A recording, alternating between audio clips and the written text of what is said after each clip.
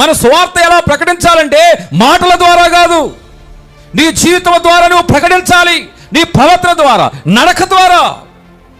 ఈ లోకములో క్రీస్తు ప్రభు వారిని ఎత్తు చూయించాలి. నిన్ను చూచినప్పుడు, నిన్ను కూర్చి ఎప్పుడైతే మాట్లాడుకోవటం మానివేస్తారో, యేసయ్యను గురించి ఎప్పుడైతే మాట్లాడుకోవటం మొదలు పెడతారో, అప్పుడు నిజముగా నీవు సువార్తని ప్రకటించినట్లు. కాబట్టి మన జీవితం 5వ సువార్త అవ్వాలి. బైబిల్ గ్రంథంలో 4 సువార్తలుంటే మన జీవితం 5వ సువార్త అవ్వాలి.